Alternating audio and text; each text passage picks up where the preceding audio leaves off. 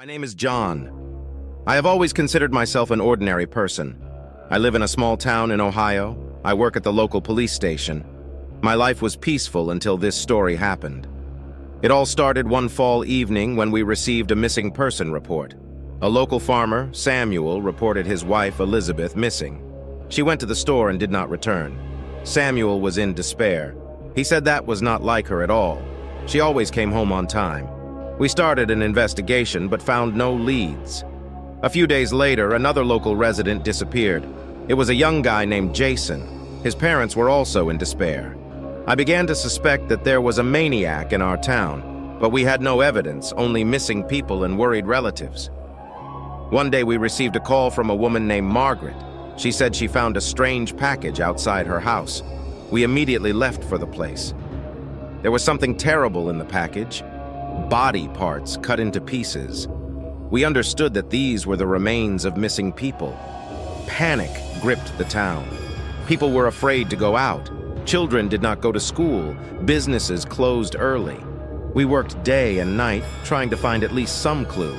But the maniac was cunning. He did not leave any traces. One evening, as I was walking home, I noticed a strange figure in the dark. It was a hooded man standing outside my house. I moved closer, and he quickly disappeared into the darkness. I was scared, but I knew I had to act. The next day, I told my colleagues about my meeting. We started tracking this man. It turned out that he lives on the outskirts of the town, in an old abandoned house. We decided to search. We arrived at his house at dawn. The whole team was tense. Each of us understood that this might be our only chance. We entered the house and found something that stunned us. The walls were covered with photographs of missing people, their personal belongings scattered everywhere. We found a maniac in the basement. He was sitting in the corner smiling at us. We detained him without any resistance. His name was Richard. He confessed to all the crimes, described in detail how he lured his victims and what he did to them. Richard was sentenced to life imprisonment. The town gradually recovered from the horror, but I will never forget this incident. Every time I close my eyes, I see Richard's face and his creepy smile. After Richard's arrest, the town slowly returned to normal life, but peace did not come to me. I couldn't shake the feeling that something remained unknown, something hidden in the darkness. I started having nightmares. I saw the faces of Richard, his victims, heard their screams. I could not sleep, constantly woke up in a cold sweat. I realized that I had to learn more about this maniac to understand why he did all this. I started researching the archives. I found old newspapers, records about the disappearance of people in other cities. It turned out that Richard was no stranger to this business. He has been engaged in his terrible deeds for many years, moving from place to place. I went to several towns where Richard had lived before, talked with local police officers, relatives of missing people. They all told the same thing. People were disappearing and no one could find any traces. In one of the towns, I found something interesting. One of the police officers said he saw Richard with another man. They looked like good friends. This was the first clue. Richard may not have acted alone. I got home and started looking for information about this friend, Richard. It turned out that his name was Michael. He lived not far from our town, but moved shortly before Richard was arrested. I decided to talk to him. I went to the town where Michael lived. I found his address and knocked on the door. He opened it and was surprised to see me. I introduced myself and said I wanted to talk about Richard. Michael invited me inside. Michael said that he had known Richard since school. They were best friends, but then their paths diverged. Michael could not believe that his friend had become a maniac. He said he last saw him a few months ago, and Richard looked very strange. During the conversation, I noticed that Michael was acting nervous. He was constantly looking around, as if he was afraid that he was being watched. I understood that he was hiding something. Maybe he knew more than he was letting on. I decided to follow Michael. For several days, I watched his house, tracked his routes. It turned out that he goes to the forest on the outskirts of the city every evening. It seemed very suspicious. One evening, I decided to follow him. I hid in the bushes and watched Michael go deep into the forest. He stopped near an old abandoned house. I couldn't believe my eyes. What is he doing there? I decided to come closer. He carefully approached the house and looked through the window. What I saw was horrifying. In the middle of the room, there were photos of missing people. and on the table lay instruments for torture. Michael was no less terrible than Richard. I immediately returned to the station and told about everything I saw. We gathered a group and went to the house in the forest. Michael tried to run away, but we detained him. He confessed to all the crimes and told that it was he who taught Richard. After the arrest of Michael, the town began to live a peaceful life again. I was relieved to know that we had caught a real monster. But the memories of those events will always remain with me. Every time I look into the darkness, I see the faces of Michael and Richard. The town slowly recovered from the second arrest. But even though we thought it was over, there was still a sense of unease in the air. I continued to work, but every time the phone rang, I waited for more terrible news. A few months after Michael's arrest, people started disappearing again. At first, we thought it was a coincidence. But when 3 more people disappeared, we realized that something was wrong here. All the missing people had one thing in common. They were all close friends of Richard and Michael. I began to feel that someone was watching me. Every time I left the house, I felt someone's eyes on me. It was unbearable, but I couldn't let myself stop. I knew I had to find out the truth. We began to investigate the disappearances and found another interesting detail. All the disappeared had recently communicated with one woman named Sarah. She was a close friend of Michael. Perhaps she was involved in these terrible events.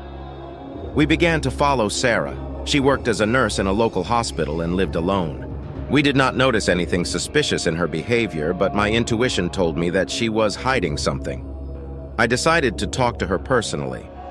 Visited the hospital in the guise of a patient. Sarah seemed very friendly and sympathetic. We talked about her work, and I casually started a conversation about Michael. Her reaction was immediate. She got nervous and changed the subject. I started looking for information about Sarah. It turned out that she repeatedly changed her place of work, and every time after her departure, people began to disappear in the towns. It couldn't be a simple coincidence. One evening, we received a call from an anonymous person. The man said he saw Sarah near an old warehouse on the outskirts of town. We immediately went there. Inside the warehouse, we found evidence that confirmed her involvement in the disappearances, clothes and personal belongings of the missing people. We immediately arrested Sarah. She tried to run away, but we stopped her. During interrogation, she admitted that she was an accomplice of Michael and Richard. Together, they planned and carried out these terrible crimes. Sarah also revealed that they had another accomplice, but she did not know his name. This information shocked us. A third accomplice. Who could he be? We started looking for new leads. Perhaps this person was still at large and continued his terrible deeds. One day I received a strange note. It was written, "You will never find me." The note was unsigned, but I knew it was from a third accomplice. This was his challenge. He played with us. We started checking all possible options, interviewed people who may have known Michael, Richard, and Sarah, but nobody knew anything. It was a real dead end. I felt like we were starting from scratch again. One day I received a call from an old acquaintance, a detective from another city. He said that they also started having people disappear, and all the disappearances were very similar to ours. He asked me to come and help in the investigation. I went to another city. There I was met by a detective named George. He told me about a series of disappearances that began several months ago. We decided to join forces and look for this third accomplice together. During our investigation, we found another important detail. All the missing people were patients of the same hospital. We started checking the medical staff and found a suspicious doctor named Henry. He worked at the hospital for a short time, but his past was shrouded in mystery. We began to follow Henry. He looked like an ordinary person, but our intuition told us that he was hiding something. One evening, we saw him going to the forest. It was too much like Michael's behavior. We followed him. Henry walked into an old abandoned house similar to the one we found at Michael's. Inside the house, we found even more evidence that confirmed his involvement in the disappearances. We decided to detain Henry. He tried to resist, but we were able to stop him. During interrogation, he admitted that he was the third accomplice of Richard and Michael. Together, they planned and carried out their heinous crimes. Henry received a life sentence. The town began to return to normal life again, but I knew that these events would always stay with me. Every time I close my eyes, I see the faces of those we lost and those we caught. After this terrible period, I decided to change my life, move to another city where no one knew about my past experience. I started a new job, a new life, but the memories of those events will always remain with me. My new life was much calmer. I started working as a private investigator in a small town in Illinois. Things were going well, and I felt that I had finally found peace. But sometimes the past reminded of itself. One day, a woman named Emily approached me. She said that her sister went missing a few days ago. The police found no leads and decided to contact me. This case seemed familiar to me. I started an investigation into the disappearance of Emily's sister, checked the places where she was last seen, interviewed witnesses. It turned out that Emily's missing sister worked as a nurse at a local hospital. It brought back memories of past events. I started checking the medical staff of the hospital and found some suspicious people. One of the doctors, named Daniel, looked particularly suspicious. He had a dark past and had already changed jobs several times. I decided to follow him. Daniel led a rather closed way of life. He rarely left the house and hardly communicated with anyone. One evening, I saw him go to an old abandoned farm outside the city. It reminded me of events I had experienced before. I followed him and saw him enter an abandoned farm. Inside the farmhouse, I found a room that looked like Michael and Richard's basement. There were pictures of missing people on the walls, and instruments of torture were lying on the table. I collected the evidence and returned to the police station. Together with the police, we went to the farm and detained Daniel. He confessed to all the crimes and said that he was part of a large network of maniacs who operated throughout the country. This information was shocking. We began an investigation and found that there was a network of maniacs operating throughout the country who helped each other avoid justice. Daniel said that they had their own rules and code and that their actions were carefully planned. We have started hunting for members of this network. It turned out that there were more of them than we could imagine. Each of them had their own role and operated in a certain region. It was a real challenge for us. Members of the network found out about our investigation and began to act against us. We received threats. Some of our employees went missing. I knew we had to go on, no matter the danger. One day we learned that there was a traitor among us. Someone leaked the information of the Geek Network. It was a big blow to our investigation. We began checking all the employees, trying to find the traitor. After a long search, we discovered that the traitor was one of our detectives named Mark. He admitted that he was involved in the network and helped them avoid justice. We caught him and got a lot of new information about the network. We began expanding our investigation to include federal agencies. It became a national investigation. We discovered more members of the network and began to detain them. It was a long and difficult process.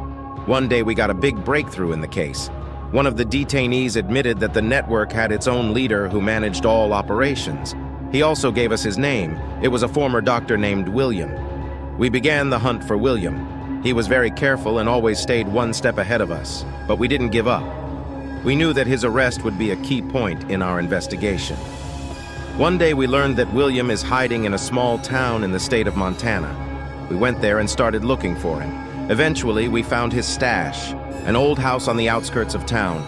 We surrounded the house and detained William. He tried to resist, but we stopped him. During the interrogation, he confessed to all the crimes and told about all his operations. His arrest marked the end of a large network of maniacs. After William's arrest, I finally felt at peace. We were able to stop this terrible network and save many lives. The town began to return to normal life. I knew I had done everything I could to stop these horrible crimes. I decided to change my life again. He moved to a new city and started working as a consultant for law enforcement agencies. My experience and knowledge have come in handy for many investigations. One day I received a letter from an old acquaintance. It was Detective George, with whom we worked together on the investigation of the network of maniacs. He invited me to a meeting in his city. I decided to go. George told me about the new investigation. People started disappearing in his town, and everything indicated that it might be the residual activity of a network of maniacs. We decided to join our efforts again and solve this case. We started an investigation by checking all possible leads. It turned out that all the missing people had one thing in common. They were all patients of the local psychiatric hospital. This made us suspicious.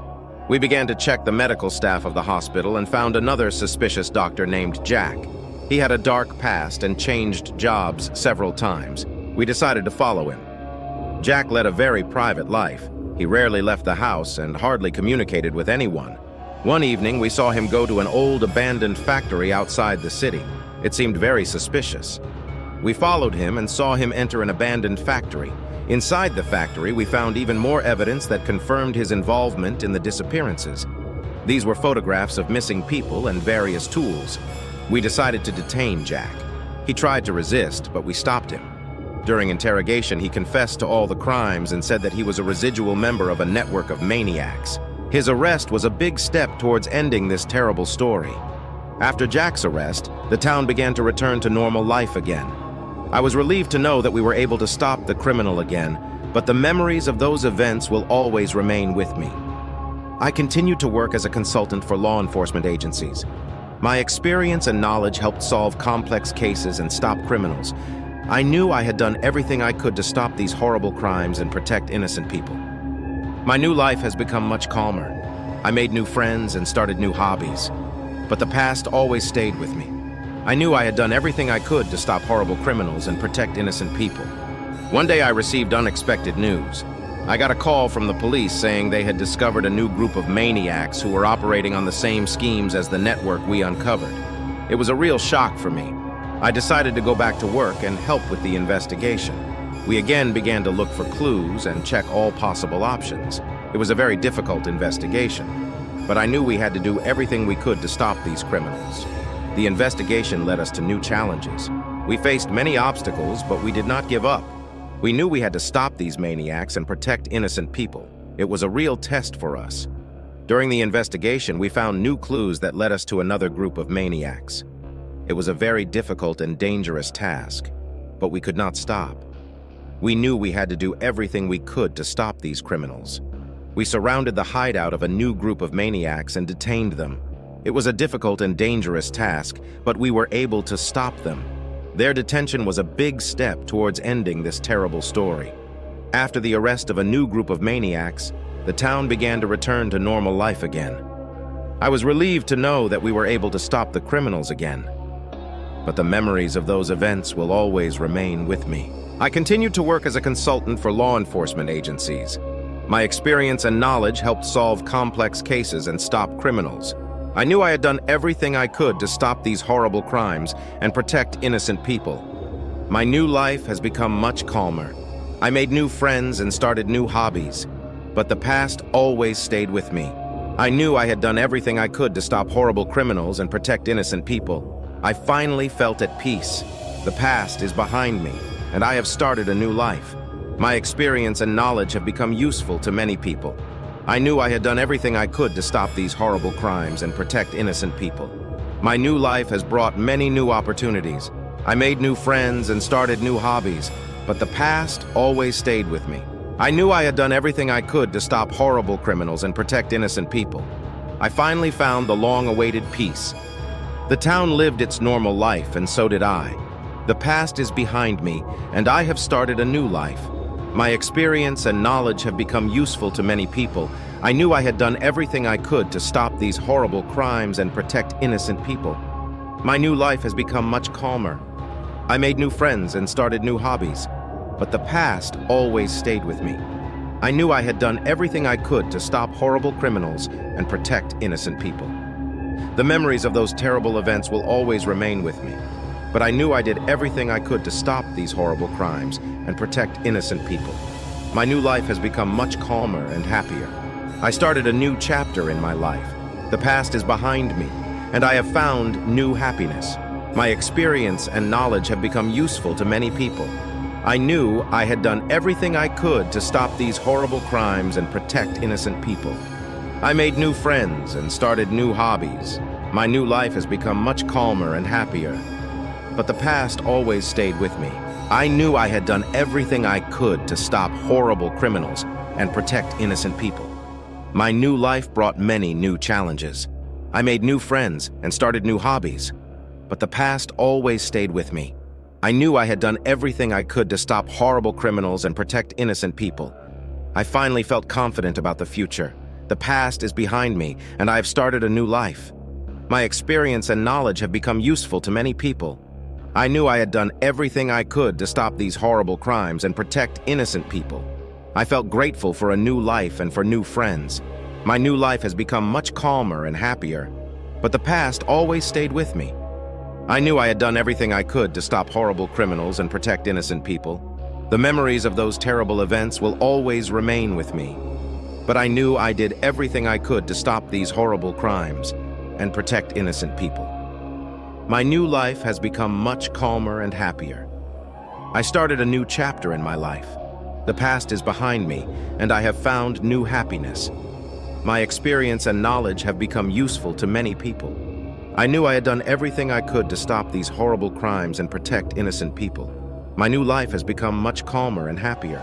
I made new friends and started new hobbies, but the past always stayed with me. I knew I had done everything I could to stop horrible criminals and protect innocent people. I made new friends and started new hobbies.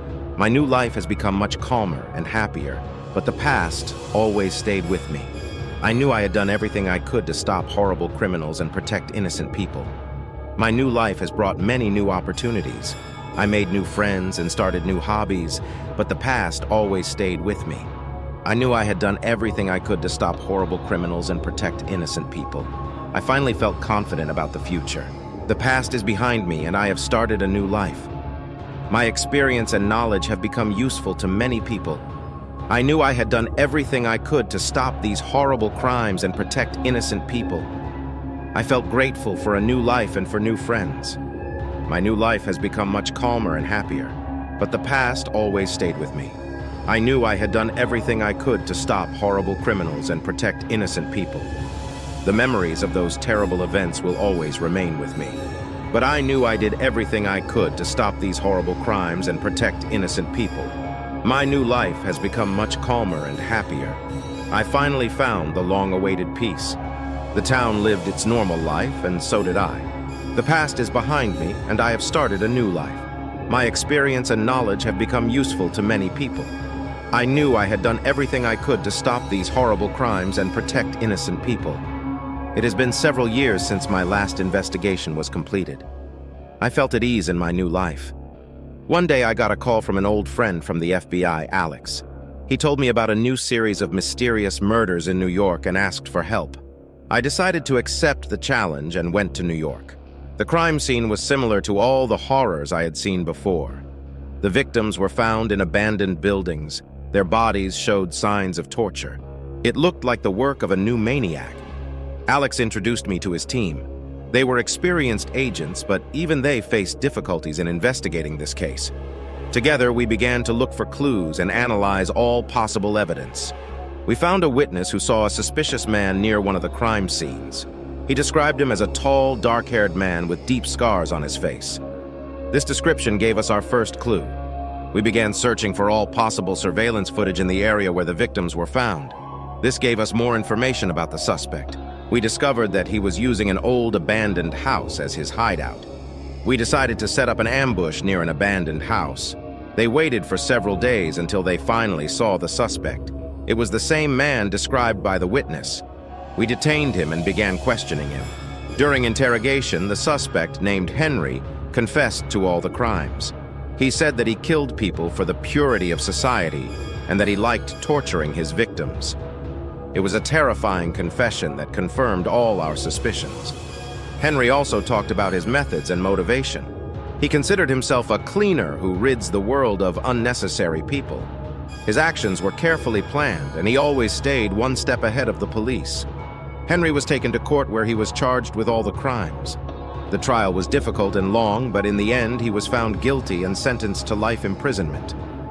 After this matter was over, I felt calm again. We were able to stop another maniac and protect innocent people.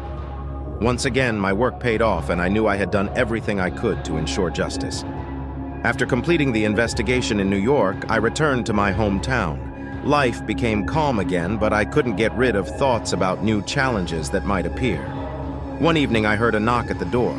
My old friend Tom, who worked as a private detective, was standing at the door. He came with a request to help in the investigation of a series of disappearances in our city. Tom said that several young women have gone missing in the city over the past few months. The police had no leads and people began to panic.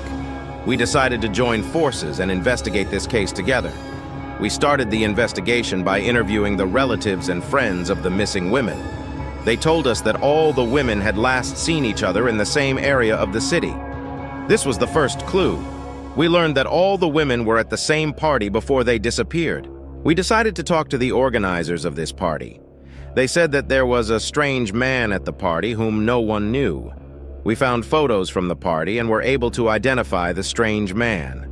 He looked like a man who had been accused of kidnapping a few years ago but had been acquitted due to insufficient evidence. We started following the suspect. He behaved very carefully, but we noticed that he often visits an old warehouse on the outskirts of town. We decided to conduct a capture operation. One evening, we surrounded the warehouse and got inside. We found the missing women who were locked in the basement. The suspect was apprehended without much resistance. It was a big victory for us. During interrogation, the suspect admitted that he kidnapped women for his sick experiments. He kept them in the basement and conducted terrible medical experiments on them. It was a shocking discovery. After this investigation was completed, the city was calm again. The missing women were rescued, and the criminal was sentenced to life imprisonment. Again, I was relieved to know that we were able to stop another maniac and protect innocent people. My life finally settled into a calm rhythm, but the peace did not last long. I received a phone call from an old colleague, Ben, who worked in the Los Angeles Homicide Unit. He asked me to come and help investigate a new series of murders. I came to Los Angeles and met with Ben. He told me that the murders took place in wealthy areas of the city. The victims were found in their homes, and all of them were wealthy businessmen. We started by examining crime scenes. In all cases, there were no signs of a break or a struggle. It appeared that the victims knew the killer or had voluntarily let him into their homes. We carefully analyzed all the evidence and found several traces of DNA that did not belong to the victims. This was the first step towards identifying the killer. We began interviewing neighbors and acquaintances of the victims. One of the witnesses saw a suspicious man who often visited one of the businessmen. The description matched DNA found at the crime scene. We used databases to identify the suspect. He turned out to be Colin, a former bodyguard of one of the victims who was fired for theft. His motives could be related to revenge. We started following Colin. He behaved very cautiously, but one day we saw him enter the house of another wealthy businessman. We decided to act immediately. We broke into the house and arrested Colin at the scene of the crime. He did not resist and was arrested. During interrogation, he confessed to the murders and talked about his hatred of rich people. Colin was sentenced to life imprisonment. His crimes were shocking, but we were glad we were able to stop him before he killed more people. When I got home, I was relieved that another dangerous person was behind bars. But I knew that the world would never be completely safe, and that there would always be a new challenge. I tried to enjoy a peaceful life, but thoughts of future challenges kept me restless. I knew that my experience and skills could be needed many more times. One day, I got a call from an old friend of mine who worked for the Chicago Police Department. She told about a series of mysterious disappearances of young women in the city and asked for help. I came to Chicago and met a friend. She said the women disappeared without a trace and the police had no leads. It seemed like an extremely difficult task. We started by studying the places where the women were last seen. All of them disappeared at night in different areas of the city. This made it difficult to find a single clue. We carefully analyzed all possible evidence. Fabric remnants found at the scene of one of the disappearances led us to an abandoned factory on the outskirts of town. We went to the factory and found a hiding place where the missing women were kept. Unfortunately, most of them were dead, but a few women were saved. The rescued women told about their abductor, who behaved like a true psychopath. They described his appearance and mannerisms, which helped us draw up his psychological portrait. We began to look for the criminal using the description of the rescued women. It was difficult, but we did not give up. Our search led us to one of the old psychiatric hospitals in the city. We organized an ambush near the psychiatric hospital. The suspect appeared and tried to run away, but we apprehended him. During interrogation, he confessed to all his crimes. The suspect was sentenced to life in prison without parole. His crimes were so heinous that the judge handed down the harshest sentence. After this case was over, I returned home feeling deeply grateful that I had once again managed to stop a dangerous criminal and save innocent people. I decided to devote more time to myself and my loved ones. My experience in law enforcement has given me the opportunity to appreciate every moment of life. I went on vacation to a small town on the coast. The peace and beauty of nature helped me regain my strength and relax after all the trials. I got to know the locals and made new friends. They told me about the old legends and stories of their town. It was very interesting and helped me take my mind off work. One evening, I overheard a conversation about mysterious disappearances in a nearby town. I decided to check these rumors and headed there to find out more. In a nearby town, I found out that several people had disappeared over the past year. The local police could not find any leads and people were in despair. I started my investigation by interviewing the relatives and friends of the missing people. They said that all the missing persons last saw each other in the same bar. This was the first clue. I visited the bar and talked to the owner. He remembered that a strange man often appeared in the bar, who always sat alone and carefully watched the other patrons.